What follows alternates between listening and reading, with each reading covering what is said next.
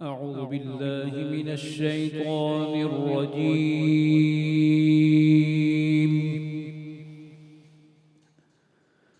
بسم الله الرحمن الرحيم.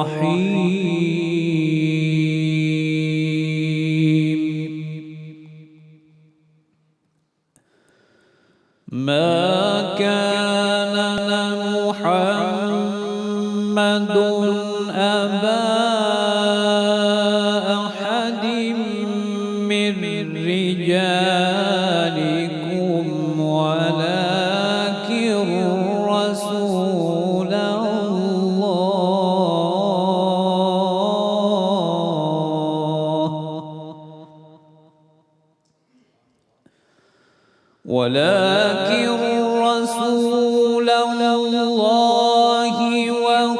وخاتم النبيين وكان الله بكل شيء عليما.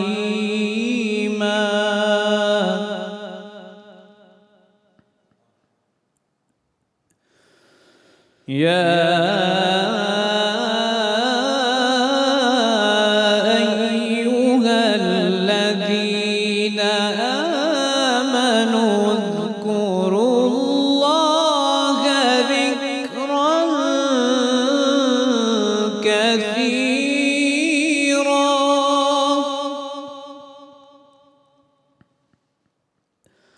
وسبحوه بكرة وأصيلا.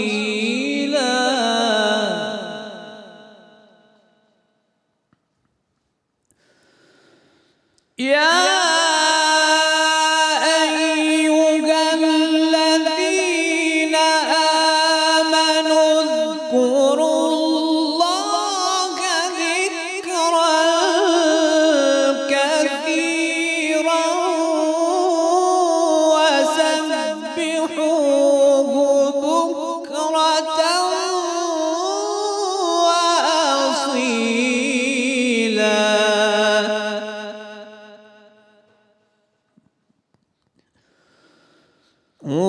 والذي يصلي عليكم وملائكته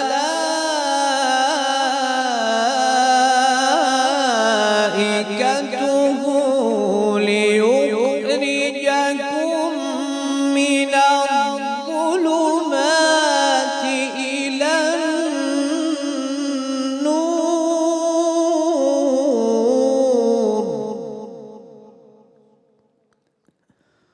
وكان بالمؤمنين رحيما.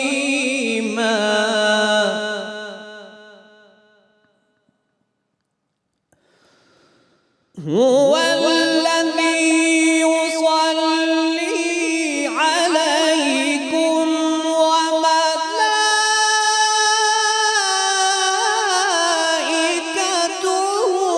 ليخرجكم من الظلمات إلى النور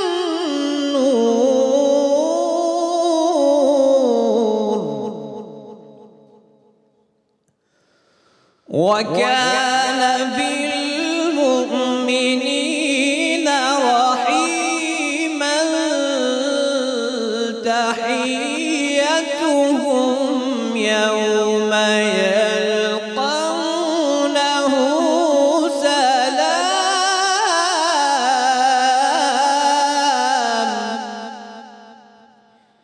وأعد لهم أجرا كريما. صدق الله العظيم. ماشاء اللہ جی، سبحان اللہ۔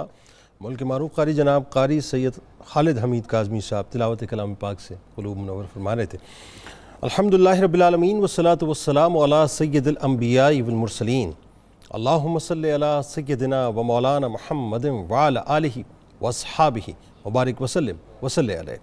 دنیا کے تمام دیکھنے والوں کو، تمام چاہنے والوں کو، تمام پیار کرنے والوں کو، اور جہاں جہاں تک اس وقت میری آواز کو سنا اور مجھے دیکھا جا رہا ہے، جنید اقبال کی جانب سے انتہائی محبت کے ساتھ السلام علیکم۔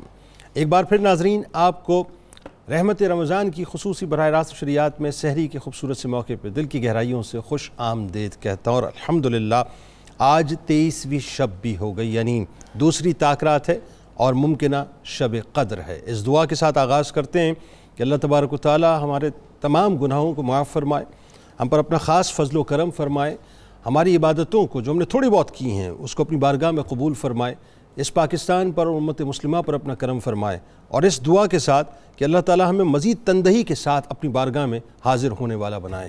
میں ابتدا میں ناظرین سے گزارش کرنا چاہتا ہوں، پھر بات کا آغاز کروں گا، کہ جو لوگ نمازیں ادا کر رہے ہیں بہت اچھی بات ہے، نمازوں کی پابندی کیجئے، 5 وقت کی پابندی کیجئے، تراویح کی پابندی کیجئے، قرآن کی تلاوت کی پابندی کیجئے، کوشش کیجئے ذکر و اذکار مستقل زبان پہ رہیں، اور صلاۃ التسبیح کا روز اہتمام کیجئے۔ رمضان چلا جائے گا صاحب، لیکن اس مہمان کو راضی کر کے انشاءاللہ ہم نے بھیجنا ہے، اور اگر آج شب قدر، اگر ممکنہ شب قدر ہے، تو پھر کیا ہی بات ہے کہ اللہ تعالیٰ اپنا فضل اپنا کرم ہم پہ کر دے۔ بات یہ ناظرین کہ آج ہمارے معاشرے میں ایک نہ نظر آنے والے وائرس نے ہمیں تباہ و برباد کر کے رکھ دیا ہے۔ انتہائی اہم ترین اور خطرناک ترین بیماری کی جانب ناظرین آج آپ کی میں توجہ دلانا چاہتا ہوں، لہٰذا جہاں جہاں مجھے سنا جا رہا ہے بہت توجہ سے میری بات کو سنیے گا۔ اس بیماری کی ڈائگنوسٹک بہت ضروری ہے ناظرین، ورنہ خدا نہ خواستہ ہم تباہی و بربادی کے دہانے پہ آ کے مکمل طور پہ کھڑے ہو چکے ہیں۔ تو میں بتائیے رہا تھا ناظرین کہ آج ہمارے معاشرے میں ایک نہ نظر آنے والے وائرس نے ہمیں مکمل طور پہ تباہ و برباد کر کے رکھ دیا ہے، جو کورونا جیسے نہ نظر آنے والے وائرس سے بھی زیادہ خطرناک، کینسر سے زیادہ تباہ کن ہے ناظرین۔ عالم یہ ہے کہ ایڈز سے زیادہ برباد کرنے والا ہے، اور ہیپیٹائٹس سی جیسی خطرناک ترین اور مہلک ترین بیماری سے بھی زیادہ خطرناک ہے، کہ یہ جسم کے ساتھ ساتھ عجیب بات ہے ناظرین، ایمان کو بھی برباد کر دیتا ہے، ایمان کو بھی تباہ و برباد کر دیتا ہے، جس کے نقصانات اتنے شدید ہیں کہ اس کا ہم اندازہ کر ہی نہیں سکتے ناظرین۔ یعنی جس نے ایک فقیر سے لے کر ایک وزیر تک، ایک عام آدمی سے لے کر ایک عام عورت سے لے کر سربراہ مملکت تک کو نہیں چھوڑا ہے، یعنی جو فرد بھی اس کا نشانہ بنتا ہے ناظرین، یا تو وہ فرد کو بھی نشانہ بنا سکتا ہے یا وہ محفلوں کو بھی۔ یعنی آپ یہ سمجھ لیجئے اس وائرس کا ٹارگٹ کوئی اسپیسیفک نہیں ہے، یہ فرد کو بھی نشانہ بناتا ہے، یہ محفلوں کو بھی نشانہ بناتا ہے، یہ جہاں چاہتا ہے جاتا ہے ناظرین۔ یہ وائرس اتنا شدید ہے کہ یہ سوشل ڈسٹینسنگ کا بھی محتاج نہیں ہے۔ عالم یہ ہے کہ وائرس ناظرین اپنے حملے میں کسی سے ملنے ملانے تک کا بھی محتاج نہیں ہے، یعنی اس کی مار، اس کی رینج اتنی شدید اور خطرناک ہے ناظرین کہ آپ کسی سے ملیں یا نہ ملیں، آپ کسی سے تعلق رکھیں یا نہ رکھیں، آپ کا جب یہ وائرس چاہتا ہے کام اتار دیتا ہے اور آپ کو پتہ بھی نہیں چلتا صاحب۔ کمال یہ ہے ناظرین کہ یہ ڈائگنوس بھی نہیں ہوتا، مصیبت تو سب سے بڑی یہ ہے، یعنی ہمیں پتہ چل جائے نا کہ ہمیں بیماری کیا ہے۔ مسئلہ یہ ہے کہ یہ وائرس اتنا شدید، اتنا خطرناک، اتنا ہڈن ہے ناظرین کہ یہ کسی ایکس رے میں نہیں آتا، کسی ایم آر آئی میں نہیں آتا، کسی ٹیسٹ رپورٹ میں نہیں آتا، کسی بلڈ ٹیسٹ میں نہیں آتا، یعنی یہ ڈائگنوس ہی نہیں ہوتا بنیادی طور پہ کہ ہے کیا ہے۔ یعنی یہ تنہا یا پھر کسی گیتھرنگ میں ایسے خطرناک انداز سے ناظرین ہم پہ وار کرتا ہے کہ ہمیں پتہ ہی نہیں لگتا کہ ہم کس وقت کس لمحے اس کا نشانہ بن گئے، اس کا شکار بن گئے، اور ہم ڈھیر ہو کر رہ جاتے ہیں۔ یعنی عالم یہ ناظرین، اب سوال جو پیدا ہوتا ہے وہ یہ ہے کہ یہ وائرسز جو ہیں، یعنی یہ وائرسز کا بھی یوں کہہ لیجئے، یہ وائرس بھی وائرسز کا ایک مجموعہ ہے، یہ حملہ کہاں پر کرتا ہے؟ تو اس کا جواب ناظرین بہت آسان سا ہے کہ ان وائرسز کا براہ راست نشانہ انسان کی زبان ہوا کرتی ہے، اور پھر یہی وائرسز انسان کے دل و دماغ پر اور اس کے پورے وجود کے اوپر قبضہ کر لیتے ہیں، انسان کو معلوم ہی نہیں ہوتا۔ یعنی انسان پھر اس کے بعد جھوٹ بول بول کر اللہ تبارک و تعالیٰ کی لعنت کا حقدار ہوتا ہے، اور کذاب لکھ دیا جاتا ہے، اور جہنم کے گڑھے میں گرا دیا جاتا ہے ناظرین۔ غیبت کے چسکے لے لے کے، یعنی یہ وائرسز انسان کو اس حد تک گھیر لیتے ہیں کہ انسان غیبت کے چسکے لے لے کر بدکاری سے بھی زیادہ شدید ترین گناہ کرتا ہے، اور مردہ بھائی کا گوشت کھانا شروع ہو جاتا ہے، یعنی یوں کہیے کہ مرچ مسالے لگا کر مردہ بھائی کے گوشت کھاتا ہے۔ پھر چغلی کر کر کے ناظرین انسان 2 چہرے والا ہو جاتا ہے، اور کل قیامت کے دن 2 آگ کی زبانوں کا پھندا جو ہے وہ اس کے گلے کے اندر ہوگا عذاب کی صورت میں، اور بہتان لگا لگا کر ناظرین کل بروز محشر الحشر ردغۃ الخبال، یعنی جہنم کی وہ جگہ جہاں پر دوزخیوں کا پیپ اور خون جمع ہوگا، اس کا ٹھکانہ بنا دیا جاتا ہے۔ ستم یہ ناظرین، ستم یہ ہے کہ آج ہم نے اپنے اوپر لگے ہوئے جو قدرت کے CCTV کیمرے ہیں نا، ہمیں بنیادی طور پہ کسی گلی میں کسی کا موبائل اسنیچ کرتے ہوئے تو خوف آتا ہے کیونکہ CCTV کیمرہ لگا ہوتا ہے، ہمیں کہیں کسی آفس سے کوئی چوری کرتے ہوئے خوف تو آتا ہے کیونکہ ہمیں معلوم ہے CCTV کیمرہ لگا ہوا ہے، اونر اس کو ریکارڈ کر رہا ہے، فوراً اس کے بٹس اونر کے پاس چلے جائیں گے اور میں پکڑا جاؤں گا، یا کوئی غلط کام کرتے ہوئے خدا نخواستہ کوئی معیوب کام کرتے ہوئے ہمیں اس کیمرے کا خوف ہوتا ہے۔ ہمیں ناظرین ستم یہ ہے کہ آج اپنے اوپر لگے ہوئے قدرت کے CCTV کیمروں پر بھی کوئی خوف نہیں ہے، ہم اس سے بھی اپنی نظریں مکمل طور پر چرائے بیٹھے ہیں، مگر ناظرین یاد رکھیے گا وہ اپنا کام کر رہے ہیں، اور زبان سے نکلے ہوئے ہر جھوٹ، زبان سے ادا کی ہوئی ہر غیبت، زبان سے کی ہوئی ہر چغلی اور زبان سے کی ہوئی ہر بہتان تراشی کو ناظرین وہ مکمل طور پر ریکارڈ کر رہے ہیں، وہ ریکارڈ کا حصہ بن رہا ہے۔ آج من حیث المجموعی ہم اتنے شترے بے مہار ہو چکے ہیں ناظرین کہ ہماری اخلاقیات تباہ ہو چکی ہے۔ سوری ٹو سے مجھے کہنے دیجئے جملہ، میں سخت ترین باتیں تو کرتا ہوں صاحب، اور مجھے کرنا بھی چاہیے۔ اس کی وجہ یہ ہے کہ اگر ہم اپنا چہرہ خود اپنے آئینے میں نہیں دیکھیں گے ناظرین تو پھر ہمیں کون بتلائے گا، ہماری اصلاح کون کرے گا؟ ہم سب ایک دوسرے کی اصلاح کرنے والے ہیں، ہم سب کو ایک دوسرے کی اصلاح کرنی چاہیے۔ اخلاقیات مکمل طور پہ ہماری ناظرین تباہ ہو چکی ہیں، گناہ پر ہم دلیر ہو چکے ہیں، یعنی ہم نڈر ہو چکے ہیں بالکل۔ عالم یہ ہو گیا ہے کہ اپنی زبان کے استعمال کے معاملے میں انتہائی ہم بے احتیاط ہو چکے ہیں، فرد سے لے کر گھر تک، گھر سے لے کے محلوں تک، محلوں سے لے کر پلیوں تک، چوباروں تک، چوراہوں تک، شاپنگ مالز تک، اسکولز، کالجز، یونیورسٹیز، یہاں تک کہ ناظرین نجی محفلوں سے لے کر شادی بیاہ کی تقاریب تک ہر شخص چسکے لے کے کہیں جھوٹ بولتا ہے، کہیں غیبتیں کرتا ہے، کہیں بہتان تراشی کرتا ہے، کہیں چغلیاں کرتا ہے، سب کچھ چل رہا ہے۔ اب سوال یہ پیدا ہوتا ہے، اتنی باتیں تو میں نے آپ سے کر دی، اب آپ یہ سوچ رہے ہوں گے کہ جنید بھائی یہ تو بتائیے کہ اس کا حل کیا ہے؟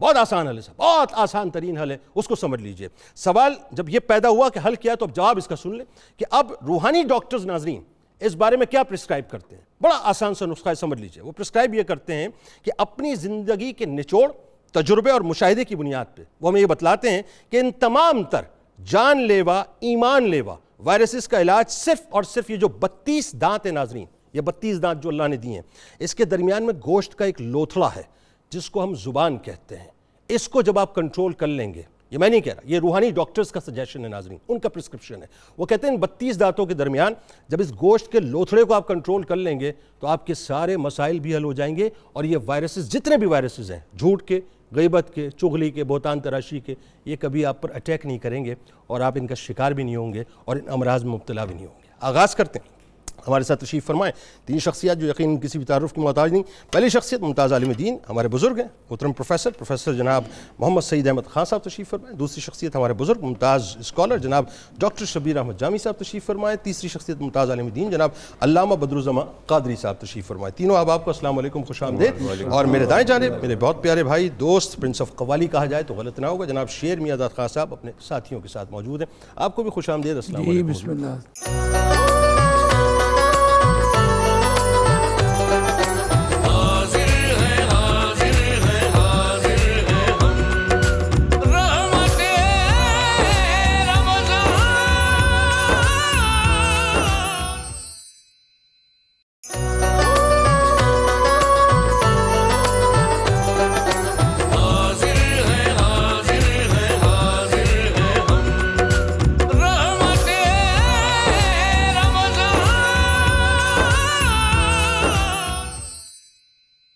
پروفیسر صاحب آغاز کرتے ہیں، جھوٹ، غیبت، چغلی، بہتان، یہ جو 4 وائرسز ہیں جس کا میں نے ذکر کیا ابتدا میں، ظاہر ان کا تعلق بنیادی طور پہ براہ راست زبان سے، تو میرا خیال ہے سب سے پہلے قرآن بیسیکلی ان وائرسز کے بارے میں، ان گناہوں کے بارے میں کیا کہتا ہے، یہاں سے آغاز کریں۔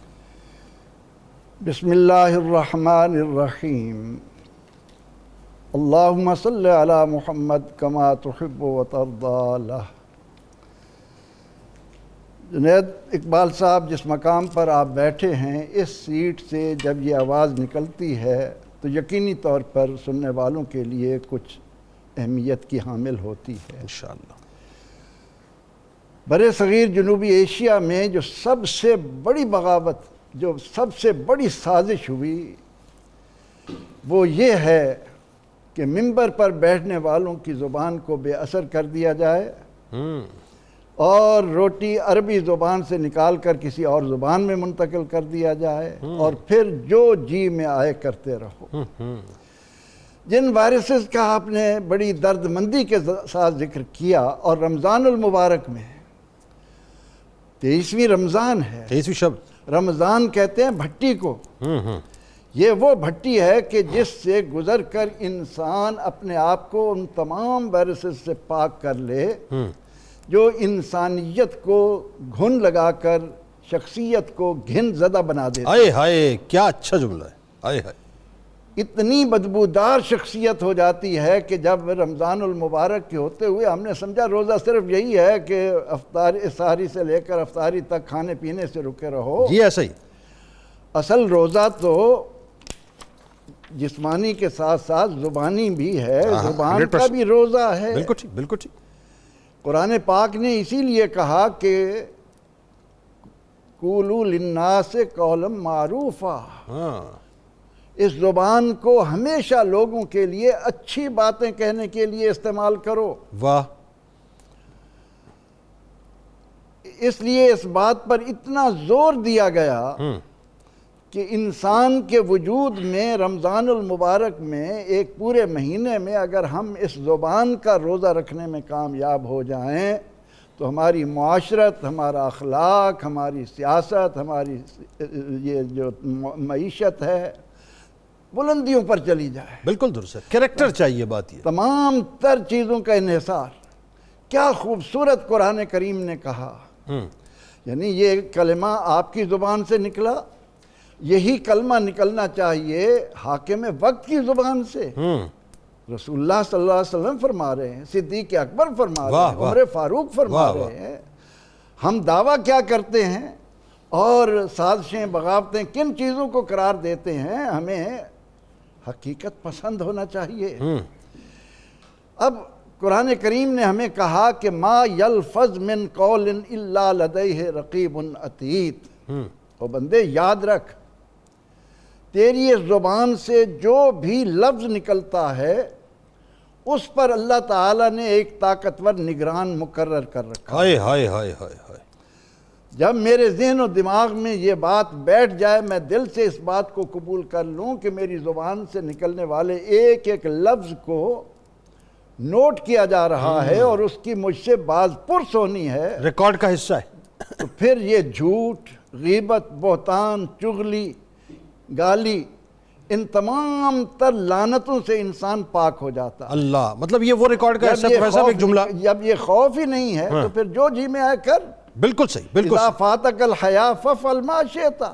اب ہم دیکھتے ہیں کہ جھوٹ کو قرآن پاک کیا خوبصورت انداز میں لوگوں پر اس کی برائی کو واضح کرتا ہے۔ قرآن کہتا ہے کہ وَلَهُمْ عَذَابٌ عَلِيمٌ بِمَا كَانُوا يَكْذِبُونَ، کہ جو لوگ نفاق کی راہ پر چل رہے ہیں وہ جھوٹ پر چل رہے ہیں، اور یاد رکھیں کہ جھوٹ کے لیے اللہ تعالیٰ نے سخت سزا رکھی ہے، اللہ، دردناک عذاب رکھا ہے۔ اللہ اکبر۔ اس سے بھی بڑھ کر اگر آپ قرآن کو دیکھیں، وہ کہتا ہے فَاجْتَنِبُوا الرِّجْسَ مِنَ الْأَوْثَانِ، اے لوگو بتوں کی گندگی سے بچو، بتوں کی گندگی سے اپنے آپ کو بچاؤ۔ ٹھیک۔ اور اس کے ساتھ ہی کہتا ہے وَاجْتَنِبُوا قَوْلَ الزُّورِ، اور جھوٹ کہنے سے بھی بچو۔ اللہ، گویا قرآن نے دو ٹوک الفاظ میں انسان پر واضح کر دیا کہ جس طرح بت پرستی، شرک پرستی لعنت ہے، اسی طرح جھوٹ بولنا بھی لعنت ہے۔ جی۔ قرآن کریم نے اس ضمن میں ہمیں بتایا کہ یوم القیامت تری الذین کذبوا علی اللہ وجوہہم مسودہ، کہ وہ لوگ جو دنیا کے اندر اللہ پر جھوٹ باندھ رہے ہیں، جھوٹ کہنے سے گریز نہیں کرتے، قیامت کے دن وہ اس حال میں اٹھیں گے کہ ان کے چہرے سیاہ ہوں گے۔ قرآن نے کہا کہ ان اللہ لا یہدی من ہوا مسرف کذاب، جو جھوٹا فضول خرچ ہے اللہ اس کو ہدایت ہی نہیں دیتا۔ اللہ اکبر۔ بلکہ ایک جگہ قرآن نے یہ بھی کہا نا پروفیسر صاحب کہ جھوٹ بہتان وہی باندھتے ہیں جو اللہ کی آیتوں پر ایمان نہیں رکھتے اور وہی جھوٹے ہیں۔ وہی جھوٹے ہیں۔ جہاں تک بہتان اور غیبت کا تعلق ہے، اب غیبت کے لیے قرآن کریم نے کتنی نفرت دلائی کاش کہ ہم اپنے روزوں کا خیال رکھتے ہوئے ان باتوں کو سامنے رکھیں۔ رمضان ہے بالکل، اور اللہ کے نبی علیہ السلام فرماتے ہیں کہ روزے دار اس وقت تک روزے سے ہے جب تک وہ اسے پھاڑ نہ دے۔ پھاڑنا کیا ہے؟ وہ غیبت کرنا۔ یہی سوال کیا تھا نا، پھاڑنا کیا ہے؟ تو فرمایا غیبت کرنا۔ غیبت کرنا، آئے ہائے جب تک وہ غیبت نہیں کرتا اس کا روزہ محفوظ ہے۔ آئے ہائے، ادھر اس نے غیبت کی، ادھر روزہ ختم ہو گیا۔ ٹھیک۔ اور اسی طرح سے جب ہم بہتان کی طرف آتے ہیں تو قرآن کریم نے کہا کہ وَمَن يَكْسِبْ خَطِيَّةً أَوْ إِثْمًا ثُمَّ يَرْمِ بِهِ بَرِيًّا فَقَدِ احْتَمَلَ بُهْتَانًا وَإِثْمًا مُبِينًا۔ بہتان باندھنے والے واضح طور پر ایک کھلے گناہ کے مرتکب ہو رہے ہیں۔ اور غیبت کے لیے کہا کہ لا یکتب بعضکم بعضا، کوئی کسی کی غیبت نہ کرے۔ ایحب احدکم ان یاکل لحم اخیہ میتا، آئے ہائے ہائے، کیا تم میں سے کوئی یہ گوارا کرے گا کہ اپنے مرے ہوئے بھائی کا گوشت کھائے؟ آئے ہائے، فکرہتمو، جس طرح تمہیں مردہ بھائی کے گوشت کھانے میں کراہت آتی ہے، اس سے کہیں زیادہ تمہیں اپنے مسلمان بھائی کی غیبت سے کراہت آنی چاہیے، اس کی چغلی سے اپنے آپ کو بچانا چاہیے۔ تو یہ چغلی ہو، غیبت ہو، بہتان ہو، قرآن کریم نے بڑے خوبصورت انداز میں انسانوں کو ان سے بچا کر اس بات کی طرف توجہ دلائی کہ اپنی زبان کی حفاظت کرتے ہوئے ہر ایک کو عزت دو، ہر ایک کو اپنے سے بہتر سمجھو۔ ہم جس دین کے پیروکار ہیں وہ ہمیں یہ بتاتا ہے کہ یہ مخلوق اللہ کا کنبہ ہے، اس کی بھلائی چاہنے والا، اس کو نفع دینے والا، خیر الناس من ینفع الناس، لوگوں میں سب سے بہتر وہ ہے جو لوگوں کو نفع پہنچانے والا ہو۔ تو ہم ان چیزوں کو معمولی سمجھتے ہیں کہ یہ تو ایک ہمارا روزمرہ کا معمول ہے، لیکن اللہ کے فرشتے ہماری کتاب تیار کرتے ہوئے جب قیامت کے دن وہ کہیں گے کہ اقرا کتابک، آج اپنی کتاب کو پڑھ، کفا بنفسک الیوم علیک حسیبا، تو اپنا حساب کرنے کے لیے خود ہی کافی ہے، کسی اور کو بتانے کی ضرورت ہی نہیں ہے۔ اور پھر اس وقت قرآن کہتا ہے کہ انسان جب اپنے اس نامہ اعمال کو دیکھے گا تو پکار اٹھے گا کہ ما لہذا الکتاب، اس کتاب کو کیا ہوا؟ میرا خیال ہے شاید سورہ یاسین کی وہ آیت ہے کہ یوم نختم علی افواہہم وتکلمنا ایدیہم وتشہد ارجلہم بما کانوا یکسبون، جی وہی چیز ہے۔ قرآن کہتا ہے کہ انسان اپنے نامہ اعمال کو دیکھ کر کہے گا کہ ما لہذا الکتاب لا یغادر صغیرۃ ولا کبیرۃ الا احصاہا، اس نے چھوٹی بڑی کوئی چیز چھوڑی نہیں، سارے لکھ لیے۔ پھر گریز کی صورت اختیار کرے گا، لیکن اس وقت اللہ تعالیٰ فرمائیں گے الیوم نختم علی افواہہم وتکلمنا ایدیہم وتشہد ارجلہم بما کانوا۔ ترجمہ بھی سنا دے لوگوں کو ذرا۔ آج کے دن وہ اللہ جس نے گوشت کے اس لوتھڑے کو بولنے کی قوت گویا دے رکھی ہے، اس سے سلب کر لے گا، اسے سلب کر لے گا۔ اچھا پھر کیا ہوگا؟ نختم علی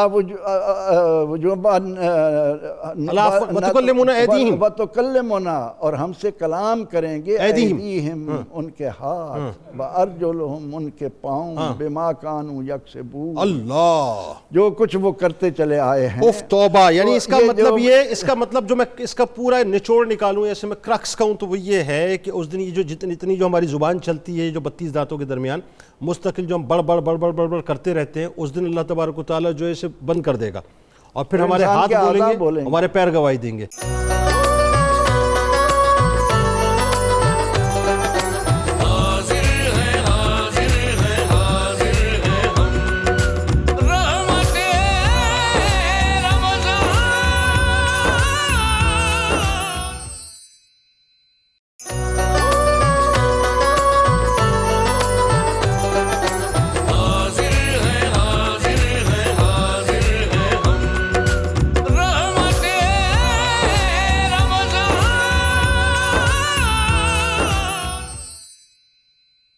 ذرا یہ بتائیے ڈاکٹر صاحب، ابھی بڑی اہم ترین بات ہے، اور یہ اس پہ ذرا میں چاہتا ہوں آپ کھل کے کلام کیجئے کہ جھوٹ اور بہتان پہ ظاہر احادیث مبارکہ تواتر سے موجود ہیں، وعیدیں بھی موجود ہیں، بتائیے ذرا اس بارے میں کہ کتنا شدید معاملہ ہے یہ، اور یہ ہے کیا بنیادی طور پہ؟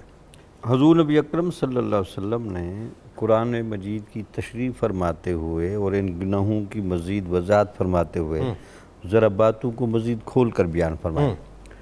حضرت عبداللہ بن مسعود رضی اللہ تعالی عنہ کہتے ہیں کہ حضور نبی اکرم صلی اللہ علیہ وسلم نے سچ اور جھوٹ کو بڑی گہرائی کے ساتھ سمجھایا ہے۔ اگر تم سچ بولو گے تو تم سچائی کے قریب ہو جاؤ گے، ٹھیک ہے، اور اگر مسلسل سچ بولو گے اور وہ سچائی تمہیں جنت میں لے جائے گی، پہلے تم صدیق لکھ دیے جاؤ گے، اور پھر مسلسل سچ بولنے پر تمہیں صدیق بھی لکھ دیا جائے گا۔ آہا، یعنی سچ تمہیں نیکی کی طرف لے جائے گا، واہ نیکی تمہیں جنت میں لے جائے گی۔ واہ اگر مسلسل سچ بولو گے تو صدیق کہلاؤ گے۔ واہ، اور آپ کے علم میں صدیق کون سا مقام و مرتبہ ہے؟ اللہ، یہ انبیاء کے بعد کا جو طبقہ ہے ان کو صدیقین کہا جاتا ہے۔ تو اس کا مطلب ہے کہ جو بندہ سچ کا عادی ہے تو وہ اندازہ لگائے کہ وہ انبیاء کے مقام کے قریب یعنی صدیقین، شہداء، صالحین۔ ہاں، تو صدیقین کا درجہ پہلے، اس کے بعد شہداء، اس کے بعد صالحین۔ اللہ اکبر، اللہ۔ اچھا، پھر آپ نے فرمایا کہ جو بندہ جھوٹ بولے گا، ٹھیک، جھوٹ اس کو برائی کے قریب لے جائے گا، ٹھیک ہے، برائی اس کو جہنم میں لے جائے گی، ٹھیک، اور مسلسل برائی بولنے والا یا برائی جھوٹ بولنے والا وہ کذاب لکھا جائے گا۔ اب دیکھ لیں، کذاب وہ بندہ ہے جس پر اللہ تعالیٰ لعنت فرماتا ہے، اور کذاب اسفل سافلین میں ہوں گے۔ اللہ، یعنی صدق والا صدیقین کے مرتبے جاتا ہے، جھوٹ بولنے والا جہنم کے آخری کنارے میں جاتا ہے۔ اللہ، تو اس سے ہم اندازہ لگے یہ اسفل سافلین جہنم کا آخری کنارہ ہے۔ آخری کنارہ، اللہ، یعنی دیکھ لیں، یعنی جہنم کے کنارے کا بھی ہمیں نہیں پتا کہ کیا ہے، ہاں ٹھیک ہے، اس کی گہرائی کا، چوڑائی کا ہمیں کچھ نہیں پتا، وہ کیا ہے وہ اللہ رسول جانے بہتر، لیکن اس کے کنارے پہ پہنچے گا وہ۔ سچ اور جھوٹ کے درمیان ہم فرق کرنے کے لیے تیار نہیں ہیں۔ عام طور پر تو لوگ جھوٹ کثرت سے بولتے ہیں، ٹھیک ہے، ورنہ یہ تو تقریباً ہر بندہ ہی کرتا ہے نا کہ سچ میں جھوٹ ملا دیتا ہے۔ ہاں بالکل ٹھیک ہے۔ تو اب ان کی ذرا حدود کو چیک کریں کہ سچ بولنے والے کو صدیقین کے مقام کی طرف بڑھایا جا رہا ہے، اللہ، اور جھوٹے بندے کو جہنم کے اسفل سافلین اور کذابین میں لکھا جا رہا ہے۔ تو ہمیشہ جھوٹ اور سچ میں فرق کی عادت ڈالیے، اللہ، ہمیشہ سچ بولیے۔ اللہ، جھوٹ تو ویسے نہیں بولنا چاہیے، لیکن اس عادت کو بھی ختم کریں کہ اگر 5 باتیں ہیں ان میں آپ نے ایک بات جھوٹی شامل کر دی تو آپ خود اندازہ لگے وہ سودا جو سچ والا تھا وہ آپ کو صدیقین کی لائن میں کھڑا کر رہا تھا، آپ نے جھوٹ بول کر اپنا وہ سارا معیار کو گرا دیا۔ اللہ، حضور نبی اکرم صلی اللہ علیہ وسلم نے پھر اس پر بھی وضاحت فرمائی کہ کچھ لوگ جھوٹ بولتے ہیں تمسخر کے لیے، ٹھیک ہے، کچھ لوگ جھوٹ بولتے ہیں مزاح پیدا کرنے کے لیے، کچھ لوگ جھوٹ بولتے ہیں ہنسانے کے لیے۔ تو آپ نے اس کی بھی مذمت فرمائی۔ وہ کیا؟ آپ نے فرمایا کہ جو جھوٹ بولتا ہے صرف استہزاء کے لیے اور جھوٹ بولتا ہے لوگوں کو خوش کرنے کے لیے، جو لطیفے وہ وغیرہ، بھی جہنم کے سب سے بڑے گڑھے میں گرایا جائے گا، اور لوگ اس کی عبرت کو چیک کریں گے۔ ڈاکٹر صاحب ذرا رکیے یہاں پہ، یہ آپ وضاحت کیجئے، اور یہ آپ بڑی اہم ترین بات کر رہے ہیں، اور آپ کو پتہ ہے یہ میں اتنی چاہتا ہوں اس کی وضاحت کیجئے آپ، یہ بڑی آپ نے کمال اس وقت بات بتائی ہے۔ اس کی بڑی وجہ کیا ہے؟ چونکہ آپ جھوٹ جب بول رہے ہیں نا، جھوٹ بولنے سے نقصان کیا ہوتا ہے؟ آپ ایک تو جھوٹ کو ہلکا کر کے دکھا رہے ہیں، حالانکہ جھوٹ گناہ کبیرہ ہے۔ ایک تو خود آپ جھوٹ کو مزاح کا پیرا دے کر، اس کو ہنسی کا پیرا دے کر، اور ایک شغل کا پیرا دے کر جو گناہ کبیرہ ہے اس کو ہلکا دکھا رہے ہیں۔ اب ایک پہلو تو آ گیا ظاہر ہے جھوٹ اور بہتان کا، ایک پہلو ہے اس میں غیبت اور چغلی کا۔ سرکار مدینہ صلی اللہ علیہ وآلہ وسلم نے اس بارے میں کیا فرمایا اور اس کی جو وعید ہے وہ بھی ذرا سننے والوں کو بتائیے۔ بسم اللہ الرحمن الرحیم۔ آپ نے غیبت اور چغلی دو چیزوں کا آپ نے ذکر فرمایا۔ آپ دیکھیں ان دونوں کا جو میجر سورس ہے وہ زبان ہے۔ اب زبان جو ہے یہ عقل اور دل کی ترجمان ہے۔ بالکل ٹھیک ہے۔ اپنے حجم کے اعتبار سے بہت چھوٹی ہے، لیکن اپنے رسوخ کے اعتبار سے یہ بہت بڑی ہے۔ ایسا ہی ہے۔ اب آپ دیکھتے چلے جائیے کہ آپ کے جتنے بھی اعضائے بدن ہیں ان کی ایک ایکسیس اور رسائی جو ہے ایک حد تک ہے، آپ کی بصارت کی، آپ کی سماعت کی، آپ کی قوت شامہ کی، آپ کے ہاتھوں کی رسائی ایک حد تک ہے، لیکن زبان ایک ایسی چیز ہے کہ جس کی رسائی بہت زیادہ ہے، اس کا میدان بہت وسیع ہے اور برائی میں دامن بہت لمبا ہے۔ ایسا ہی تھوڑی سی بات ہوتی ہے اور کہاں سے کہاں تک پہنچ جاتی ہے۔ ایسا ہی سر۔ تو یہ دونوں برائیوں کا تعلق جو ہے وہ زبان کے ساتھ ہے۔ اب آپ دیکھیے حدیث پاک میں آتا ہے الغیبت اشد من الزنا، غیبت جو ہے بدکاری سے بھی زیادہ بدترین گناہ ہے۔ آئے ہائے، اس کی بنیادی اگر آپ علت اور وجہ دیکھیں تو اس کی وجہ یہ ہے کہ اگر ایک بندہ بدکاری کرتا ہے تو اس کی ذات تک محدود ہوتی ہے، اور وہ اس پر کسی نہ کسی مرحلے پر جا کے نادم ہوتا ہے، شرمندہ ہوتا ہے، ٹھیک، اللہ کی بارگاہ میں توبہ بجا لاتا ہے، توبہ کرتا ہے اور اپنا رجوع کرتا ہے، رجوع اللہ کرتا ہے۔ لیکن یہ غیبت تو ایک ایسی چیز ہے کہ جس کا بندے کو احساس تک نہیں ہوتا، بندہ اس کو سوچتا ہی نہیں ہے، بلکہ میں سمجھتا ہوں کہ اس کو برائی میں شامل ہی نہیں کرتا، بالکل ایسا، اور اس کو بطور لذت جو ہے استعمال کرتے ہیں۔ امام غزالی فرماتے ہیں کہ یہ غیبت جو ہے یہ ایک ایسا پرندہ ہے کہ تھوڑا سا بھی گوشت تو بندہ بھون کے کھا لیتا ہے، جی جی اس کے اندر اتنی لذت ہوتی ہے، جی، اور یہ سلسلہ بڑھتا چلا جاتا ہے، بندے کو احساس گناہ تک نہیں ہوتا۔ اور رسالت مآب علیہ السلام نے ارشاد فرمایا کہ میں نے شب معراج میں یہ دیکھا کہ کچھ لوگ اپنے ناخنوں سے اپنے چہروں کا گوشت نوچ رہے ہیں، اور گوشت پگھلتا ہے اور اس کے بعد دوبارہ پھر ریسٹور ہوتا ہے، پھر وہ اس سے نوچتے ہیں۔ تو میں نے پوچھا جبریل امین سے یہ کیا کر رہے ہیں؟ تو ایسا یہ آپ کی امت کے وہ لوگ ہیں جو غیبت کرتے ہیں، اللہ، اتنی بدترین حالت کے اندر ہیں، یعنی وہ لوہے کے ناخنوں سے اپنے چہرے کا گوشت، اپنے سینے کا گوشت نوچ رہے ہیں، جو یہ غیبت کرنے والے لوگ۔ امام حسن بصری علیہ رحمہ فرماتے ہیں کہ آپ جو آپ کی برائی کرتا، غیبت کرتا، اس کے ہاں تحائف بھجوایا کرتے اور اس کی پذیرائی فرماتے، تحسین فرماتے۔ تو آپ کے شاگرد آپ سے فرماتے کہ آپ کیا کرتے ہیں؟ وہ تو آپ کی غیبت کرتے ہیں، آپ کی برائی کرتے ہیں، آپ ان کی تحسین کرتے ہیں۔ تو آپ نے فرمایا کہ دیکھو میری بات سنو، وہ مجھ پر احسان کر رہا ہے، میرا محسن ہے، وہ میری غیبت کر کے اپنے اعمال صالح میری طرف منتقل کر رہا ہے، اور وہ گناہ جو اس نے نہیں کیے وہ اپنے نامہ اعمال میں ڈال رہا ہے۔ تو میں اس لیے اپنے محسن کو جو ہے وہ دیتا ہوں، اپنا تحائف پیش کرتا ہوں۔ عبداللہ ابن مبارک بہت بڑے محدث، ہاں فرماتے ہیں کہ اگر میں غیبت کرتا تو سب سے پہلے اپنی ماں کی غیبت کرتا۔ اللہ، ان لوگوں نے پوچھا یہ بڑی عجیب سی بات ہے، ماں کی غیبت کرتے ہیں؟ فرمایا کہ میری نیکیوں کی سب سے زیادہ مستحق میری ماں ہے، ہائے ہائے ہائے ہائے ہائے ہائے، سب سے زیادہ استحقاق میری کیا ماں کا ہے۔ بات کہہ دی ہے علامہ تو صاحب۔ آپ دیکھیے کہ میں اور آپ اگر یہ آپ سوچیں کہ جب ہم کسی کی غیبت کرتے ہیں، کسی کی برائی کرتے ہیں، تو ہم اپنی نیکیوں اس کی طرف منتقل کر رہے ہوتے ہیں، اور دیکھنا یہ ہے کہ وہ اس نیکیوں کا حقدار کون ہے، کیسی وہ بات کرتے ہیں۔ اور رسالت امام علیہ السلام تشریف لے جا رہے تھے صحابہ کے ساتھ، تو معاذ کے حوالے سے بات ہوئی جنہیں رجم کیا گیا، تو دو اشخاص نے بات کی اور چلتے گئے، آگے مردار پڑا تھا گدھا، تو آپ فرمایا اس کا گوشت کھا لو۔ تو کہا یار ہم کیسے کھا سکتے ہیں، تم مردار ہے؟ ابھی تو تم کھا رہے تھے، ابھی تو کھا رہے تھے، اپنے بھائی کی برائی کر رہے تھے، تو گویا تم مردار کا گوشت کھا رہے تھے۔ تو یہ بات بڑی واضح بات آ گئی۔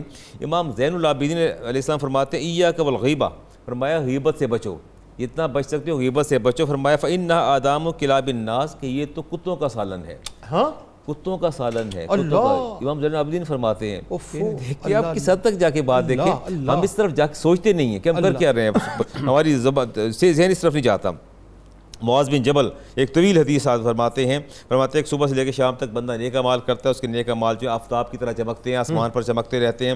دوسرے دن جب وہ واپس آتے ہیں تو دیکھو اس کو عدم مغفرت کی خبر دے دی جاتی ہے کہ آپ کی بخشش نہیں ہوئی۔ پوچھا گیا کیوں سٹک ہو گئے؟ کہا کہ تمہاری غیبت کی وجہ سے تم نے برائی کی، اور جو نیک اعمال کیے صبح سے لے کے رات تک سارے کے سارے سسپینڈڈ ہوئے، معلق ہوئے، اور اللہ کی بارگاہ میں نہیں پہنچ پائے، اور نہ پہنچ پانے کی وجہ کیا ہے؟ تمہاری غیبت ہے۔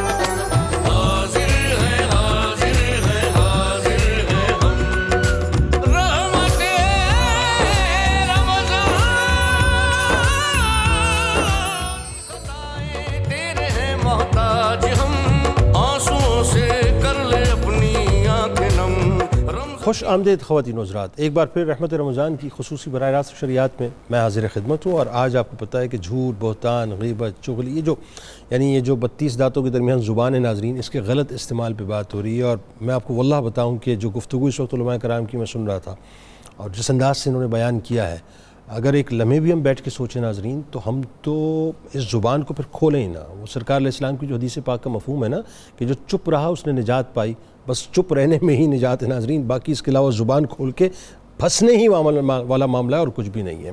پروفیسر صاحب ذرا آپ یہ بتائیے کہ اب جو بڑی اہم ترین بات میں آپ سے سمجھنا چاہتا ہوں، اور وہ یہ میرا خیال ہے سننے والے تمام اس بات کو سمجھنا چاہتے ہوں گے، آپ اس کو بہت ہی ڈیٹیل میں جا کے، بہت مائکرو لیول پہ جا کے سمجھائیں کہ غیبت کن کن صورتوں میں ہو جاتی ہے۔ یعنی ہمارے ہاں نارملی یہ لوگ سمجھتے ہیں بھائی ہم نے علی الاعلان کسی کی برائی کی تو غیبت ہوئی، تو ذرا صورتیں وضاحت کے ساتھ بتائیے کون کون سی صورتیں جن میں غیبت ہو جاتی ہے؟ اس حقیقت کو ذہن میں رکھتے ہوئے کہ اللہ کے ہاں بدکاری کی توبہ ہے، غیبت کی توبہ نہیں ہے۔ اچھا، غیبت جب تک جس کی غیبت کی ہے وہ معاف نہیں کرے گا، اللہ رب العزت اسے معاف ہی نہیں کرتا۔ مجھے یاد پڑتا ہے کہ آپ وہ جو فرما رہے ہیں وہ حدیث پاک کا ہی حوالہ ہے جس میں صحابہ نے پوچھا تھا۔ حدیث پاک کا ہی حوالہ ہے۔ تو اس لیے اس بات کو خیال رکھتے ہوئے سب سے پہلے یہ سوچئے کہ میں ہوں کون؟ میں مسلمان ہونے کا دعویٰ کر رہا ہوں، اور میرا اسلام مجھے یہ کہتا ہے کہ تو نے اپنے خیال پر پہرا رکھنا ہے، کسی کے بارے میں برا سوچنا ہی نہیں۔ اللہ، بعض بدگمانیاں گناہ ہیں جو اسلام ہمیں بدگمانی کی اجازت نہیں دیتا، وہ ہمیں اس بات کی اجازت کب دے گا کہ ہم اپنے مردہ بھائی کا گوشت کھاتے ہیں؟ قرآن کہتا ہے زیادہ زن جو ہے نہیں کیا کرو نا، کئی زن جو ہے وہ غلط بھی ہوتے ہیں، اسی طرح ہی نا؟ جی ہاں، اجتنبوا کثیرا من الظن، بدگمانی سے بہت زیادہ بچنے کی کوشش کرو۔ ٹھیک ٹھیک ٹھیک۔ تو جو غیبت کی صورتیں علماء نے بیان کیں، احیاء العلوم میں، کیمیاء سعادت میں امام غزالی رحمۃ اللہ علیہ نے جن باتوں کو غیبت میں شمار کیا وہ سنیں، کیا ہیں؟ بتائیے۔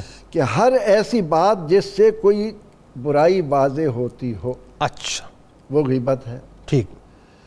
اس کا تعلق خواہ اس کے لباس سے ہو، اچھا، خواہ اس کے جسم سے ہو، ہاں، اس کے فعل یا قول کے متعلق ہو۔ میں آپ سے ضمناً سوالات کروں گا، ذہن میں رکھیے گا، آپ بیان کرتے رہیں۔ جیسے جسم کے بارے میں کہا جائے، وہ تو لمبے قد والا ہے، ہاں، یہ تو کالا کلوٹا ہے، ہاں، کالا کلوٹا ہے، یہ تو ناٹا ہے، یہ تو ناٹی ہے، یہ تو بھینگا ہے۔ ہاں، یا کسی کے باپ کے بارے میں کہا جائے کہ یہ ناجائز بچہ ہے، اللہ معاذ اللہ، معاذ اللہ، یا جلاہے کی اولاد ہے، معاذ اللہ، یہ ہم تفنن طبع کے طور پر کہہ دیتے ہیں، ہم تو کہہ دیتے ہیں۔ ہماری محفل سجتی تب ہے جب ہم آپس میں بیٹھ کر اس طرح کی باتوں کو فروغ دیں، اور یا کسی کے اخلاق کے بارے میں کہا پہلے جائے۔ رکیں یہاں پہ، پھر آگے بتائیے۔ جیسے مثال کے طور پہ کسی کے لیے یہ کہہ دیا جائے، دیکھو کیسا ٹیڑھا ٹیڑھا چل رہا ہے، یہ کوئی عورت کہہ دی کیسی ٹیڑھی ٹیڑھی چل رہی ہے، یا میک اپ صحیح نہیں کر کے آئی، یہ ہوتا ہے نا محفل بھائی، تبصرہ لوگ کرتے ہیں بھائی جولری مزیدار اس نے نہیں پہنی تھی، دیکھو رنگ پہننے کی تمیز نہیں ہے، اس کو کلر کون سا پہننا چاہیے تھا، تقریب کون سی تھی، یہ بھی سب غیبت میں آ جاتا ہے۔ غیبت کی تعریف کو ذہن میں رکھنا ہے ہاں، کہ کسی کی غیر موجودگی میں اس کے اندر موجود برائی کو ہم زبان پر لائیں، یہ غیبت ہو گئی، یہ غیبت ہے۔ چاہے ہم مطلب وہ صرف ڈسکشن کے طور پہ کہ بھائی اپنے طور پر بیٹھے گوسپس ہیں، جی ٹھیک ہے، گیتھرنگ ہے، بات چیت ہو رہی ہے، تبصرے ہو رہے ہیں۔ اب یہ ہم سمجھیں کہ ہماری یہ بات اگر اس تک پہنچے گی تو وہ کیا تصور کرے گا؟ ہاں، اس وجہ سے اس کو اسلام نے اتنا شدید قرار دیا۔ اور اسی طرح سے کسی کے اخلاق کے بارے میں کہا جائے، وہ تو جی بڑی بری عادتوں والا ہے، وہ تو جی مغرور ہے، وہ تو کمزور دل ہے، وہ تو بد زبان ہے، یہ چاہے وہ ہو، چاہے وہ ہو، اچھا پھر بھی ہم نہیں کہہ سکتے۔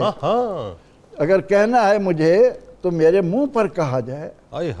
یعنی جب صحابہ نے عرض کی کہ یا رسول اللہ صلی اللہ علیہ وسلم وہ برائی اس کے اندر ہے، فرمایا اسی لیے تو غیبت ہے، ورنہ بہتان ہے، اگر نہ ہو تو بہتان ہے، اور بہتان پر حد ہے، 40 کوڑے مارو، بہتان پہ حد ہے، حد ہے، شرعی حد مقرر ہے۔ نہ کہیں پروفیسر صاحب، یہ تو پھر اس کا مطلب یہ کہ جتنے بھی اوپر نیچے جتنے بھی نمائندے بیٹھے ہوئے ہیں ہمارے، سب کو میرے خیال ہے 40 کوڑے لگنے چاہیے پھر۔ ہمارے یہاں تو ٹی وی پہ صبح شام یہ ہو رہا ہوتا ہے۔ شریعت نے اس کی حد رکھی ہے، کیونکہ اسلام میں جس قدر انسانی جان کے وقار کو اہمیت ہے، آپ اندازہ لگائیں، قرآن کا موضوع ہے الانسان۔ اسلام جو ہے وہ انسان کو اللہ کا نائب قرار دے کر اس زمین پر اس کی نیابت کا اس سے منصب دیکھنا چاہتا ہے، اور وہ منصب یہ ہے کہ ہم میں سے ہر شخص دوسرے کو نفع پہنچانے والا ہو، ہر ایک کا اچھا سوچنے والا ہو، ہر ایک کے دکھ درد میں۔ اسی لیے کہا کہ جس کسی نے کسی کی کوئی تکلیف دور کی، اللہ قیامت کی تکلیفوں میں سے اس کی تکلیف دور کر دے گا۔ میں ذرا تھوڑی سی گفتگو لے کے چلتا ہوں اور اس پہ مزید اور کھل کے بات کرتے ہیں آگے جا کے۔ یہ تو بڑا مطلب آپ نے تو اس وقت سچی بات ہے، ظاہر ہے یہ مطالعے میں تو چیزیں رہتی ہیں، لیکن یہ جو اس وقت آپ سے ریکال میں ساری چیزیں کروا رہا ہوں، اس کو سن کے لوگوں کو کیا کیا مطلب اس وقت دھچکے لگ رہے ہوں گے کہ ہم کہاں کہاں جا کے غلطیاں کرتے ہیں۔ لیکن اب اس میں اگر اس کے ایک پہلو پہ یوں بات سمجھنے کی کوشش کریں کہ اتنی ساری غیبت کے حوالے سے جو اس وقت پروفیسر صاحب نے باتیں بتائی ہیں، ظاہر ہے اس کا مطلب تو فائنلی یہی ہوا کہ زبان ہی بند ہو جائے. لیکن وہی بات ہے کہ گریجولی ہم اس کا حل کیا دیکھیں, اس کا طریقہ کیا ہے کہ غیبت سے ہم بچ جائیں. ڈاکٹر صاحب ذرا یہ بھی تو بتائیے, تو بڑا خطرناک ترین معاملہ ہے. امام غزالی رحمۃ اللہ علیہ نے اور اخلاقیات کے ماہرین نے تمام اعمال بد اور بالخصوص غیبت جیسے معاملات کے لیے جس کے لیے زبان چلتی ہے, اس زبان کو روکنے کے لیے بھی پس منظر میں منصوبہ بندی بڑی ضروری ہے. اچھا وہ کیا؟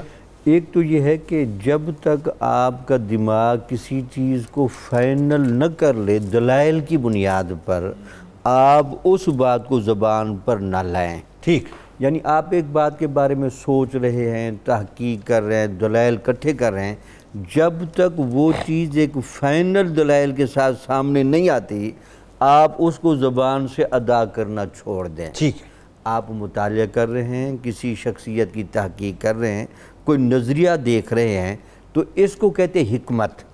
یعنی اپنے دماغ کو حکمت کا عادی بنائیں تاکہ دماغ زبان کو روکتا ہے. دماغ کی عادت ہو کہ جب تک چیز کلیئر نہیں ہوگی, اس لیے قرآن مجید میں ہے کہ جب تمہیں کوئی فاسق آدمی یا منافق آدمی کوئی بات آ کر بتائے تو اس کو پہلے چیک کر لیا کرو, اس کے بعد اس پر کومنٹ کیا کرو یا اس بات کو آگے پھیلایا کرو. یعنی سبق ہمیں یہ ہے کہ وہ روکا جا رہا ہے کہ جب تک ایک چیز سچ نہیں, اس معیار پر نہیں اتر رہی, تو آپ اس کو زبان سے جب ادا کرنا چھوڑ دیں گے تو آپ غیبت جیسے مرض سے ویسے خلاص پائیں گے. یہ سیلف کنٹرول کرنا ہے اپنے دماغ کو, کیونکہ دماغ کا کام ہے آئیڈیاز ڈیولپ کرنا, آئیڈیاز دینا. جب تک آئیڈیاز فائنل نہ ہوں, ایک بندے کے بارے میں آپ کو مکمل اطلاع نہیں ہے, لوگوں نے باتیں پھیلائی ہوئی ہیں, تو آپ ان میں شامل نہ ہوں. بالکل ٹھیک, نو کومنٹ کر کے آپ خاموش ہو بالکل جائیں کہ میں اس کے بارے میں تحقیق کر رہا ہوں, جب میری تحقیق ہوگی تو پھر میں بیان کروں. یعنی ایک یہ غیبت سے بچنے کا پہلا طریقہ نو کامنٹ کر کے آپ. نو کومنٹ. ٹھیک ہے. دوسرا, انسان کے کچھ اعمال کا جو تعلق ہے وہ انسان کی قوت ارادی سے. ٹھیک ہے. قوت ارادی کے باب میں جو تربیت کرنی ہے, نیکی کی طرف بڑھنا اور برائی سے رکنے کی عادت ڈیولپ کریں. ٹھیک ہے. یعنی کہ آپ کا مزاج بنے کہ جہاں نیکی ہے تو آپ خود چل پڑیں, اور جہاں برائی ہے تو آپ اپنے آپ کو روکیں, پیچھے کر لیں. ٹھیک, چونکہ یہ انسان ہے, ہم جانور نہیں ہے کہ ہمیں رسوں سے اور کلوں سے باندھا جائے. یہ انسان کے اندر جو سینس شعور کی رکھی گئی ہیں, ہم نے اپنے آپ کو یہیں سے کنٹرول کرنا ہے. کیا اچھی بات. نیکی ہے تو آپ چل پڑیں, برائی ہے تو کوئی نہ کہے آپ رکیں, آپ خود رک جائیں. یعنی جس طرح سے کپڑے پہننے میں آپ چوزی ہوتے ہیں, جس طرح کھانے پینے میں آپ چوزی ہوتے ہیں کیا نہیں کھانا اور کیا کھانا ہے, اسی طرح آپ کو اس معاملے میں بھی چوزی ہونا چاہیے کہ آپ کو کیا نہیں بولنا اور کیا نہیں سننا ہے. کیا نہیں سننا, یہ اس قوت ہے. اسی طرح تیسرا انسان کے اندر جو نظام ہے اس کو کہتے ہیں عفت. وہ کیا؟ یعنی آپ کے جسم کے اندر جتنی بھی خواہشات کا نظام ہے اس کو بھی آپ قابو میں رکھیں. یعنی کون سی خواہش منع ہے اور کون سی خواہش جائز ہے. بہترین. اگر اس کو بھی آپ کور کرنے کے لیے تیار نہیں, آپ کہیں جی میں غیبت سے بچ جاؤں, حسد سے بچ جاؤں, جھوٹ سے بچ جاؤں, آپ کسی جگہ نہیں بچیں گے. چونکہ وہ جو پیچھے کنٹرول کرنے والی مشینری پڑی ہے اس کو تو آپ نے آزاد چھوڑا ہوا ہے. وہ آپ کہیں جی زبان کو میں دانتوں کے نیچے پھنسا کے رکھوں گا تو آپ پھر پھٹ پڑیں گے. وہ پیچھے سے آپ نے کنٹرول کرنا ہے, دماغ سے, دل سے. اور عفت. چوتھا ہے ماہرین اخلاقیات, یہ جو شجاعت, حکمت اور عفت, یہ تینوں مل کے ایک اچھی صفت انسان میں ڈیولپ کرتے ہیں جس کو کہتے ہیں حسن اعتدال. آپ کے اندر وہ ایک بیلنس آئے گا جس میں آپ جذباتی نہیں ہوتے, آپ جھگڑتے نہیں, آپ کومنٹ نہیں کرتے, بلکہ آپ چیزوں کو ایک توازن کے ساتھ, بیلنس کے ساتھ لے کر چلتے ہیں. یہ چار وہ انسان کے پس منظر میں, دماغ میں, دل میں اور روح میں صلاحیتیں ہیں جن کو ہم نے ڈیولپ کرنا ہے. جو یہ چاہتے ہیں جی میں زندگی میں جھوٹ نہ بولوں, میں غیبت نہ کروں, میں حسد نہ کروں, برے خسائل کی طرف نہ بڑھاؤں, ان چار کو آپ قابو کر لیں تو آپ ان تمام برائیوں سے بھی بچ جائیں گے اور غیبت سے بھی بچ جائیں گے.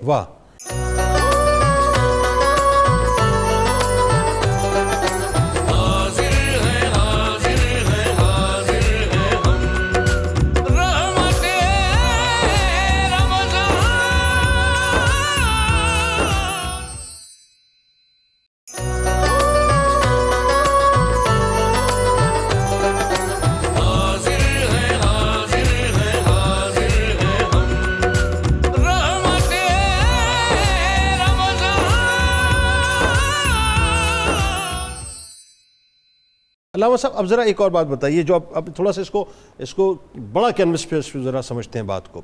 آج ہمارے معاشرے میں غیبت کے حوالے سے جیسے بات ہوئی, ہمارے یہاں جھوٹ بے انتہا آپ کو پتہ ہے عام ہو چکا ہے.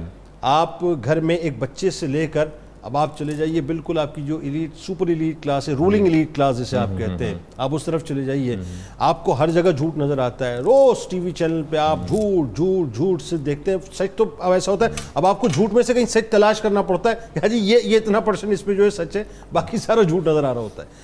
یہی صورتحال جھوٹ کے کلچر کے ساتھ بہتان کے کلچر کی ہو گئی ہے. دونوں کی چل رہی ساتھ ساتھ ہے نا, انٹر لنک ہو گئے ساتھ ساتھ. یعنی جھوٹ بھی چل رہا ہوتا ہے, غیبتیں بھی اور بہتان تراشی بھی. اور بہتان بھی آپ دیکھیں کیسے کھل کے باندھتے ہیں, یعنی جو نہیں کیا ہوتا آدمی سوچ رہا ہوتا ہے میں نے تو کیا ہی نہیں, پتہ ہی خبر ہی نہیں ہوتی. ہاں تو ذرا بتائیے جو گھر سے لے کر ایوانوں تک کی صورتحال ہو گئی ہے, کیا فرمائیں گے اس حوالے سے, کیا معاشرے میں اتنا بگاڑ؟ دیکھیں اللہ رب العزت نے پیغام تو بڑے اچھے دیے ہمیں, یا ایھا الذین آمنوا اتقوا اللہ وکونوا مع الصادقین, اے لوگو اللہ سے ڈرو اور سچے لوگوں کے ساتھ ہو جاؤ. جی تو گویا اللہ تعالیٰ نے ہماری کمپنی بھی ڈیسائیڈ فرما دی ہے, ہماری صحبت بھی ڈیسائیڈ فرما دی ہے کہ ہم نے انہی لوگوں کی رفاقت اور سنگت اختیار کرنی ہے جو سچے لوگ ہیں. واہ.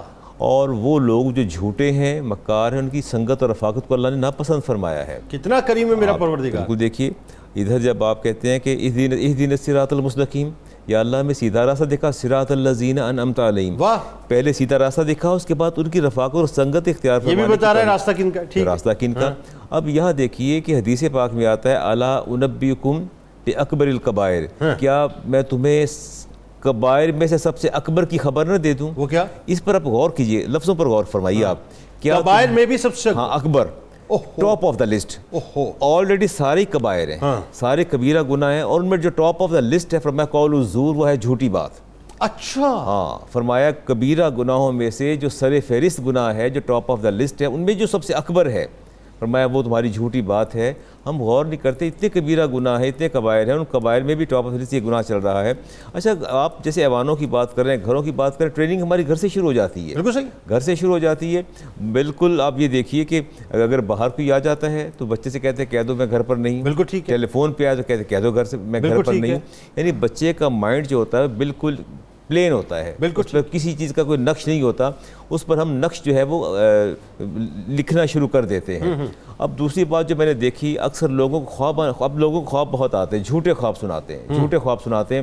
ہر دوسرے دن کوئی نہ کوئی خواب آیا ہوتا ہے, من گھڑت خواب سناتے ہیں. میں یہ آپ کی توسط سے یہ بات ناظرین تک پہنچانا چاہتا ہوں کہ جھوٹا خواب سنانا, میرے نبی نے ارشاد فرمایا, یہ اسلام کے اندر بدترین ذلت ہے. اللہ, بدترین ذلت ہے جھوٹا خواب سنانا. اور جو اس کی وعید آپ نے فرمائی, امام احمد بن حنبل کی حدیث ہے, اور شیر خدا اس حدیث کے راوی فرمایا, من کذب فی حلم, جس کسی نے جھوٹا خواب سنایا, کلف یوم القیامت ان یعقد بین شعیرتین, روز قیامت اللہ تبارک و تعالیٰ اس کے ہاتھوں میں 2 جو کے دانے پکڑا دے گا, اور فرمایا کہ اب اس کو گانٹھ لگاؤ. اچھا, اب اس کو گانٹھ لگاؤ. کیا پاسبل ہے کہ جو کے دانوں کو گانٹھ لگائی جائے؟ فرمایا کہا جائے گانٹھ لگاؤ. فرمایا وَلَيْسَ بِعَاقِدٍ بَيْنَهُمَا أَبَدًا, اور وہ کبھی بھی ان کو گانٹھ نہیں لگا سکے, گرہ نہیں لگا سکے. مطلب جو کے دانوں کو گانٹھ کیسے لگائے گا؟ سوال اللہ اس کو ایسی اذیت اور کرب میں مبتلا فرما دے گا جس کا آپ تصور نہیں کر سکتے. اور فرمایا وہ اس کو کوشش میں لگا رہے گا اور مسلسل کرب میں رہے گا.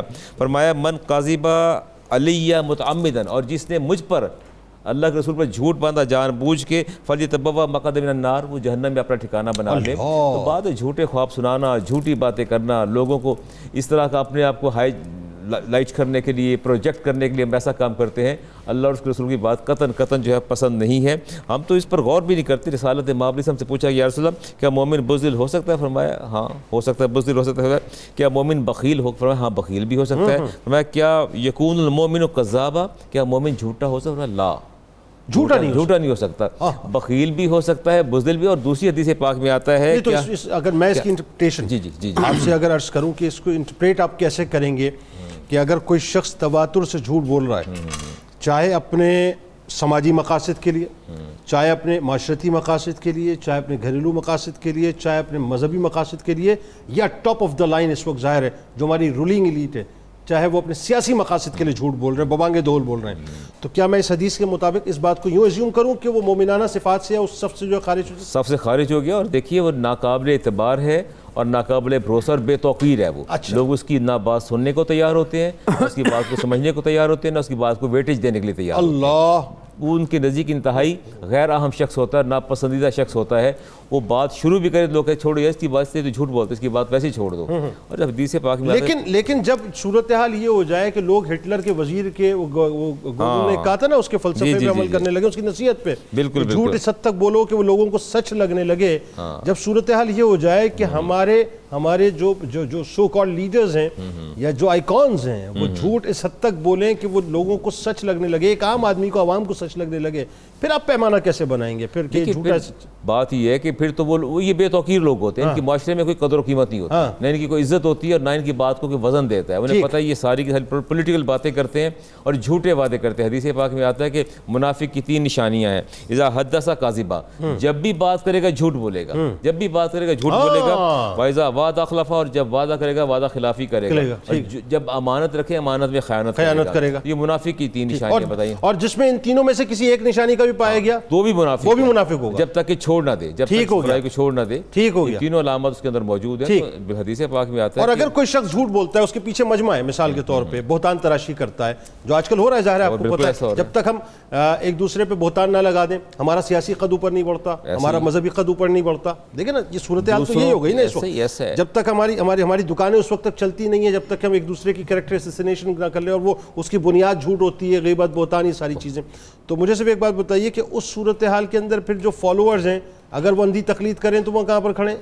اسی کے لیول پہ, اسی درجے میں کھڑے ہیں جس میں ان کا وہ اپنا رہنما یا رہبر کھڑا ہے, وہ بھی اسی درجے میں کھڑے ہیں. جھوٹ کہنے والے, بولنے والے, سننے والے سارے ایک کیٹیگری میں فال. یعنی مجھے یہ معلوم ہے میرا لیڈر جھوٹ بول رہا ہے, 2 نمبر آدمی ہے, بہتان تراش ہے, اور اس کے باوجود میں اس کو فالو کر رہا ہوں, اور برا کہنے کو تیار نہیں. جو بندہ گناہ کو گناہ نہیں سمجھتا, برائی کو برائی کہنے کو تیار نہیں ہے, ظلم کو ظلم نہیں کہتا, تو وہ بھی اسی کا ساتھی ہوتا ہے اور اس کے گناہ میں برابر کا شریک ہوتا ہے. ہمارے گھروں کے اندر بالکل عام سطح کی بات, پھر ہم چلتے ہیں کلام کی طرف, کہ ایک دوسرے پر جھوٹ باندھنا رشتوں کے اندر, یہ اپنے آپ کو بڑا دکھانے کے لیے, اپنے آپ کو سیف کرنے کے لیے, آپ نے کوئی غلطی کر دی ہے کسی کے ساتھ, پتہ چلا جی اب اپنے آپ کو بچانے کے لیے سامنے والے پہ بہتان ڈال دیا, اس کے لیے جھوٹ بول دیا. تو اس صورت میں پھر بات یہ ہے کہ ہم نے ایک اپنا پیمانہ کرائٹیریا بنا لیا کہ دوسروں کی عزتوں کو پائمال کر کے اس کے ان کی لاشوں پر, ان کی عزتوں پر ہم اپنے قد بلند کرتے ہیں. ایسا کبھی بھی نہیں ہو سکتا. بالکل صحیح. ہمیشہ عزت ملے گی دوسرے کو عزت دے کے.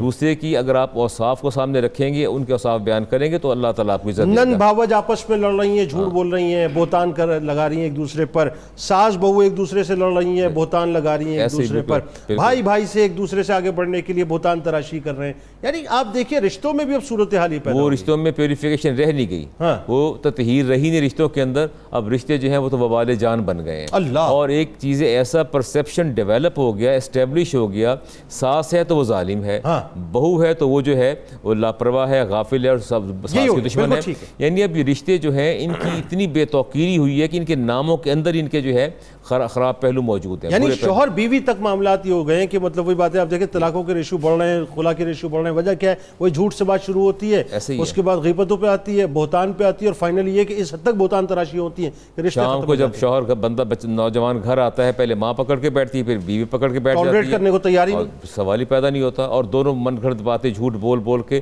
اس کو مطلب اس کے دماغ میں باتیں اسٹف کرتی ہیں اس کے دماغ.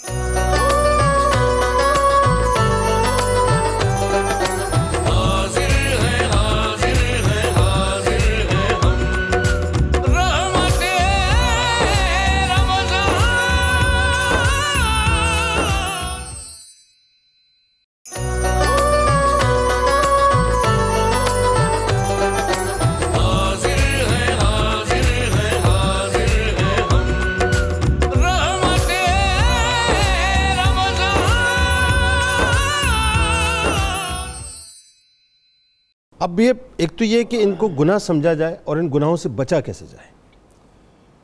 یقینی طور پر ان کی شدت کو جب تک ذہنی طور پر کوئی آدمی محسوس نہیں کرے گا, اپنے آپ کو پہچانے گا نہیں کہ میں زبان سے دعویٰ کیا کر رہا ہوں اور میری مسلمانی کے تقاضے کیا ہیں, اور اس ضمن میں سادہ لفظوں میں اگر میں یہ کہوں کہ رمضان کے 30 روزوں کو روزوں کے طور پر گزار لیا جائے تو ان بیماریوں سے انسان بآسانی چھوٹ سکتا ہے. واہ واہ. اللہ تعالیٰ کا ایک دیا ہوا نظام ہے کہ مجھے معلوم ہے کہ اگر میں غیبت میں چغلی میں گیا تو میرا روزہ گیا, تو میں نے اپنا روزہ بچانا ہے, اور اس کے ساتھ ساتھ میں دو رسول اللہ صلی اللہ علیہ وسلم کے ارشاد پیش کروں گا کہ آپ صلی اللہ علیہ وسلم کا ایک ارشاد عبداللہ بن عمر رضی اللہ عنہما نے ہمیں سنایا کہ پیغمبر رحمت صلی اللہ علیہ وسلم نے فرمایا کہ اگر کسی نے کسی کو کہہ دیا کافر، اچھا، فقط باء بہا احدہما، ایک ان دونوں میں سے اس کا حقدار ہو گیا۔ اچھا، یعنی ہم نے سوچ سمجھ کر زبان سے لفظ نکالنا ہے کہ یہ میں کسی پر بہتان تو نہیں باندھ رہا، اوہو، یہ میں کسی کی چغلی تو نہیں کر رہا، اوہو، اللہ، یہ میرے لیے غیبت تو نہیں ہے۔ پھر آپ صلی اللہ علیہ وسلم کا ایک ارشاد ہے کہ انسان اپنی زبان سے کوئی کلمہ نکالتا ہے اور وہ کلمہ اسے جہنم میں اتنی گہرائی میں لے جاتا ہے جتنا مشرق اور مغرب کے درمیان کا فاصلہ۔ اللہ اکبر۔ اس لیے جب ہم اس بات کا اہتمام کرنے لگ جائیں گے کہ ہم نے اللہ کی ناراضگی سے اپنے آپ کو بچانا ہے تو ہم اس زبان کی حفاظت کی طرف آئیں گے۔ مجھے یاد پڑتا ہے کہ میں نے پڑھا کہ حضرت سلیمان علیہ السلام نے جب ہدہد کو طلب کیا اور وہ غیر حاضر تھا، بتایا گیا، تو جب وہ آیا اور اسے کہا کہ تیری ماں تجھے روئے، سلیمان علیہ السلام ناراض ہیں، اور جب وہ ڈرتے کانپتے سلیمان علیہ السلام کی خدمت میں آیا تو حضرت سلیمان علیہ السلام نے بڑی شدت کے ساتھ اس کو گردن سے پکڑ کر اپنی طرف جب گھسیٹا تو اس موقع پر ہدہد نے ایک بات کہی کہ اذکر وقوفک بین یدی اللہ، اے سلیمان آج میں آپ کے سامنے حاضر ہوں، آپ نے بھی کسی کے سامنے حاضر ہونا ہے۔ اللہ اکبر۔ کہتے ہیں کہ سلیمان علیہ السلام جو روئے زمین کے حاکم تھے ان پر ایک کپ کپی طاری ہو گئی۔ اللہ اکبر۔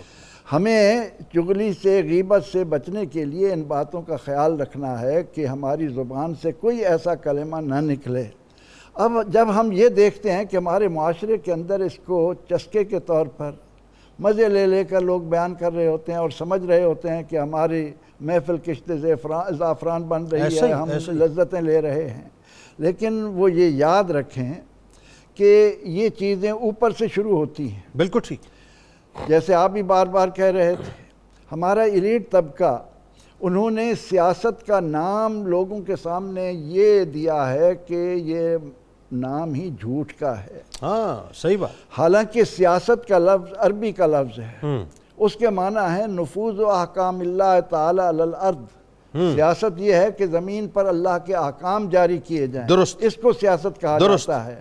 تو جب وہ بڑی سطح پر ان باتوں کو اہمیت نہیں دیتے، عام سی بات ہو، ان کو دیکھا دیکھی الناس علی دین ملوکہم، معاشرت کے اندر بھی اس بات کو اہمیت نہیں دی جا رہی کہ کیا ہوا جی، کیا فرق پڑتا ہے، کچھ بھی نہیں، کیا فرق پڑتا ہے، یہ تو اس وقت پتہ چلے گا۔ پنجابی میں کہا جاتا ہے کہ آسن قبراں تے لگسن خبراں، جب انسان نے اپنے رب کے حضور پیش ہونا ہے تو پتہ وہاں لگے گا، پتہ تب بلکہ چلے گا یوں کہ کہیے اپنے زبان کی حفاظت کتنی کی تب تھی۔ پتہ نہیں لگے گا، تب لگ پتہ جائے گا بنیادی طور جی ہاں، پر، تب لگ پتہ جائے گا۔ یہ اور آپ چیز دیکھیے کہ کہ اپنے تشخص کو پہچانیں یعنی کہ میں کون ہوں۔ جس دن مجھے یہ احساس ہو گیا اور میں نے رمضان المبارک کی آداب کا خیال رکھ لیا تو ان باتوں سے میں، یعنی اب صورتحال یہ ہو گئی ہے، مجھے حیرت ہوتی ہے ڈاکٹر صاحب، اور آپ بھی ظاہر ہم تمام ہی لوگ سوشل میڈیا کو فالو کرتے ہیں اور میں کئی مرتبہ تواتر سی بات کہہ چکا، لیکن ظاہر ہے ہمیں کہتے رہنی ہے یہ بات، اور یہ اس لیے بھی ضروری ہے کہ بار بار ہیمرنگ ہوتی رہنی چاہیے، لوگوں کو پتہ چلے۔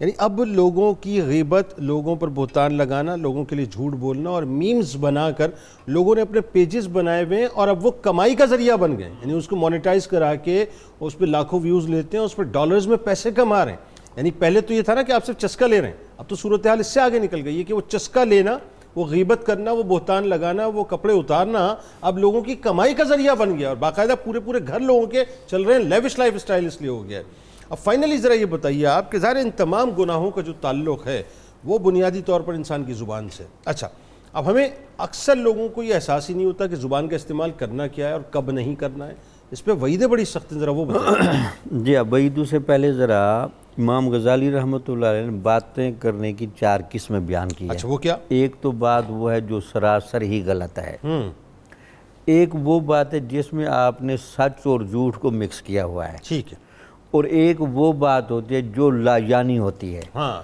ان تینوں کو تو کرنا چھوڑ دیں، بالکل ٹھیک ہے، ضرر والی بات بھی چھوڑ دیں، بالکل ٹھیک، سچ اور جھوٹ کو مکس والی بھی چھوڑ دیں، بالکل ٹھیک ہے، لا یعنی بھی چھوڑ دیں، بالکل ٹھیک ہے، تو آپ کو خود اندازہ لگ جائے گا جو پیور سچ ہے وہ ذرا بول کر تو دیکھیں تو آپ کے 24 گھنٹے میں چند جملوں کے علاوہ بولنے کی ضرورت ہی نہیں پڑے گی، ضرورت ہی نہیں پڑی، واہ کیا اچھی، مطلب انہوں نے اس کا حل بتایا ہے کہ اگر آپ اپنے اوپر چیک اینڈ بیلنس لگا لیں تو آپ دیکھ لیں لا یعنی بات بھی آپ نے نہیں کرنی، ضرر والی بات بھی نہیں کرنی، جھوٹ اور سچ کو مکس نہیں کرنا۔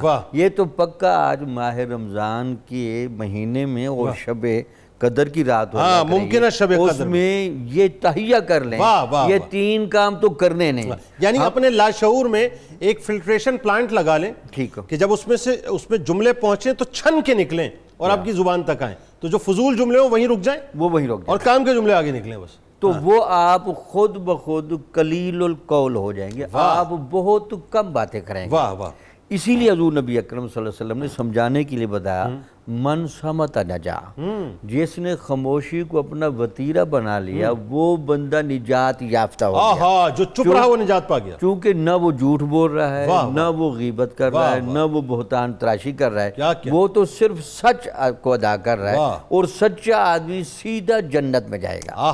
اس سے آپ خود اندازہ لگائیں کہ اب وہ خاموش رہنے کی عادت ڈالیں، اب اس خاموشی کے لیے جیسے آپ نے جملہ بولا وہ اپنے دماغ کے اندر یہ چیزیں فکس کریں، پلاننگ اس کے تحت چلائیں اپنے آپ کو، تو آپ خود بخود کہیں گی جی یہاں تو باتیں ہیں ہی نہیں، میں کیا کروں۔